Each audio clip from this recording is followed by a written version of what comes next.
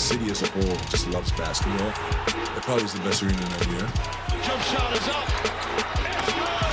Gilgeous Alexander nails it. We're gonna keep fighting every single night, especially here, man. This place is unbelievable. It's not for the weak. Jalen Brunson, born to play basketball. It's gonna be electric. Start to finish. The defending champs in the world's most famous arena. I mean, it doesn't get much bigger than this. And you know how I know? It's because Richard Jefferson insisted. No, he demanded not only that he join us for NBA Countdown, but that What, we twin it out? We're dressed alike? Yes. dressed like me. What's up? In case you forgot, Rich, that's Kendrick Perkins. This is Brian Windhurst. I'm Malika Andrews. Hey, you didn't want to button that coat? You didn't want to do it. Was it too much? You have never advocated in Right, your right, life, right. Rich, for Yes. more buttons, Yes, but I no, appreciate you doing that Hello, here for America. this game. All right, now that we've established that, gentlemen, let's get straight to it, because the man that waits for no one, as good as Richard and I look, SGA. Oh my Hey. God. Pulling up to the Garden. Is that This one had piece? its own bag. This had its own bag on this trip. Just tell me they make that in the 5X. They don't make There's anything not with enough 5X. material there. It's a good reason, though, that they're confident. OKC has been outscoring teams by over 11 points a game this season. Not only is that a league high, it's seventh best mark in NBA history. LA swag. But how about the New York Knicks here? Over the last 6 weeks, it's Jalen Brunson in New York that have been winning big, outscoring opponents by nearly 14 points a game. And when you take stock, we could be looking at this matchup being a potential finals preview here, because ESPN Analytics, they have this as the third most likely matchup come June. The Knicks have just under a 15% chance to meet the Thunder on the game's biggest stage in the NBA Finals. I don't know, Brian, are you a little surprised to see the Knicks projected that far down the list of teams to represent the East? I am, and here's why. Because when you look at the Knicks and you look at what they've built over the last few years, they have spent so much money and so many draft picks to get a closer in Jalen Brunson, a double-double machine who can stretch the floor in Karl Anthony Towns, elite two-way wings, OG Anunoby, Mikal Bridges, energy players, Josh Hart, Mitchell Robinson. This team is completely built to win it now, but as those numbers show, they are not a team that has demonstrated that we can trust them, and the numbers don't trust them either. Well, I trust them. I trust them. If you'd asked me this 2 months ago, I would have said hell no, but I trust them right now, because when you're on a contender and you know you have a legit chance of winning a title, the message in the locker room is that come March, you want to be hitting your peak going into April.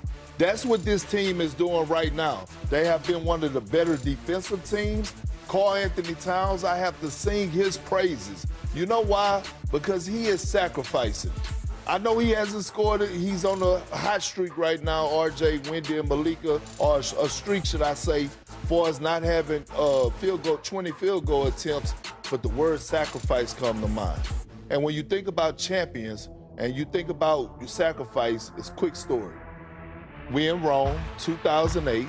KG says He loves talking about this. You damn right, because the star was born. It's never there. a quick story. That's the great thing about winning a championship. You can always. Always. And KG walked in training camp and he said, Doc, run this offense through Paul and Ray. I'm going to worry about the defensive side of things. Knowing that he was the most talented on the squad. But it came a time in the playoffs, like it's going to come for Karl Anthony Towns, that he's going to have more FGA. No, he's going to have more FGAs, because that's what we talk about. You have to have two dominant scorers, and he was in that position last year as a second dominant scorer, played outstanding.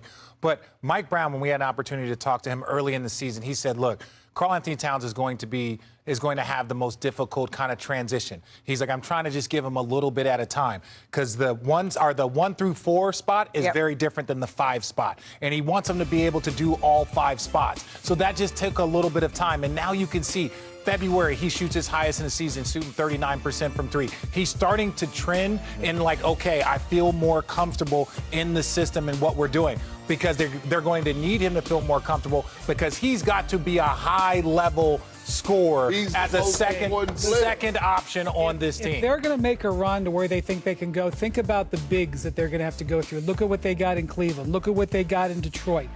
What if he's got to play this team in the finals? Look at the bigs that they got here. Look at the bigs they have in San Antonio. Karl Towns, regardless of how many shots he is, he's going to have to deliver at the highest level against some of the best players in the league when the chips are down. This is my thing. When you look at the champions over the years, you look at Jamal Murray, you look at Jokic, you look at Jason Tatum, you look at Jaylen Brown, you look at Steph, you look at Clay. In order to win a championship, you need to have two monsters. It could be a one guy, but you need to have a second monster. And if you look at Detroit, one of our biggest issues with Detroit, as great as they are, who is that second dude when Cade is struggling? You don't have the Jaylen Brown struggling. Jason Tatum got it. Jokic is stuck, and Jamal Murray has one of those moments. He needs to be their That's why you two dude. sit next to each other. I'm always I miss you so much. But look, he is the most important player on the Knicks as far as their success. He will have his moments. His biggest problem is when he get in his own head, right? When Karl Anthony Towns is engaged, he needs to understand that it's going to come a time because it's all about matchups in the postseason, right? He's a matchup nightmare. He's a matchup nightmare, and you can tell and even when he's not shooting the ball, the attention that he draws because of his ability to knock down the three. And when you talk about one of the best shooting bigs to ever play, look how wide open this three is to OG Anunoby. And then you look at this clip right here. Karl Anthony Towns again. He's so elite that you can run screen and rolls with him. He rejects it. He's one of the most talented bigs this game has ever saw. Now all of a sudden you see the defense, it draws in, and now he got the great vision and awareness. He throws a no look, and all of a sudden you get a wide open look. So it's not necessarily about him having FGAs all the time. It's about him being involved and feeling love in the offense. How about zeros too? Because one thing that no one wants to talk about right now when you're in the thick of it, he's due a contract extension this summer. He's got 1 year left guaranteed after this year. This is when you extend somebody. You want him to finish on a high note because at some point this summer, it's going to be discussing money. And you earn your money in the postseason. And they wanna give him the money though. But he's auditioning. You know the ties that he have.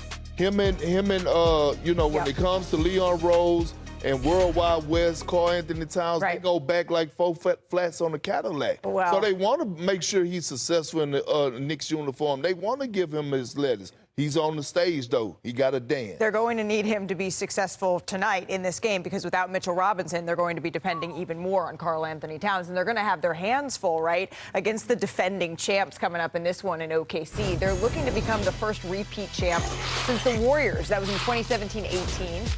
The Thunder, they started off red hot. They began the season 37-8, taking a 6.5 game lead in the West. But with injuries, they've slowed down since then. They've gone 11-7.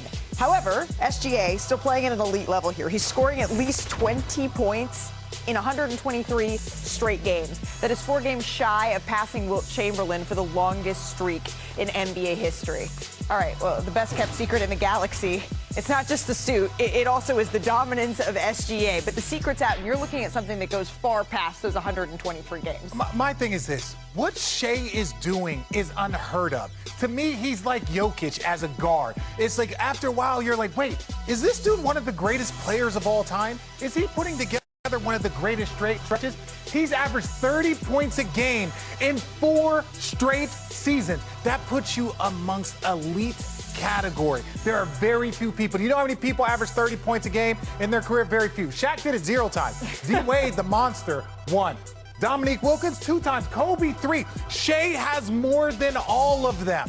It is so impressive to watch what he's able to do. We need to take a moment. We just need to give some love, give some appreciation to what he's able to do. He's also